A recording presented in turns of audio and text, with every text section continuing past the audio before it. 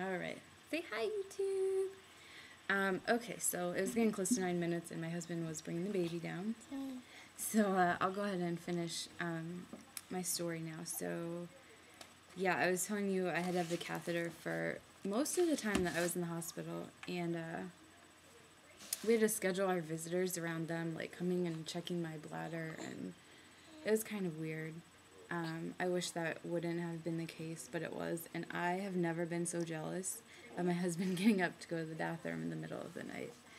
I heard him able to go, and I was so mad. But yeah, everything started functioning again. A little bit after 36 hours after I had him, they said my bladder probably got bruised when I delivered, and that's what happened.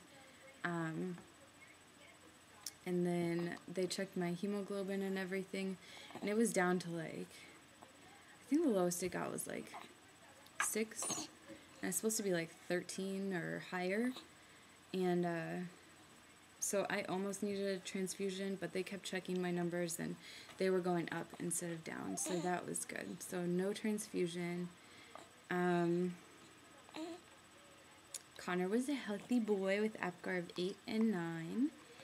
And he did not pass his hearing test. They did 2 hearing tests in the hospital, and he failed both ears the first time and 1 ear the second time, and the other ear he passed in.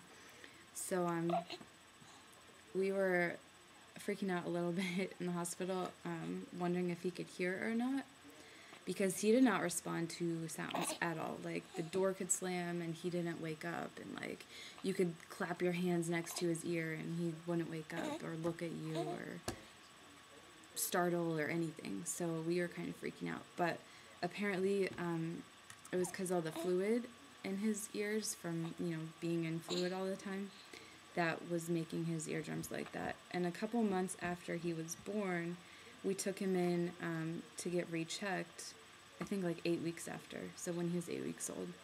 And he passed hearing in both ears, but his eardrum, one of his eardrums, doesn't,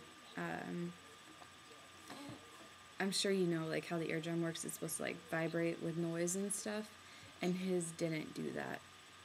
So it doesn't move normally, but apparently he responded appropriately to the noises that they given their his brain activity responded to it, which means he probably is able to hear fine. But he has perfect hearing in his other ear, and everything moves normally and all of that, so we know for sure that he can hear really well out of one ear. And we'll retest him when he's a year old in the other ear. And besides that, he had jaundice. Nothing he had to be put under lights for, nothing we had to do anything special for, except just keep following up. Hi, sugar. You see yourself? So, what else? I can tell you that breastfeeding really, really hurts in the beginning. Everyone's like, if you're doing it right, it shouldn't hurt. Well, they lie, because when you breastfeed, at first it's not painful. And then after they do it for a while, because you have to feed every 2 hours in the hospital. Yeah.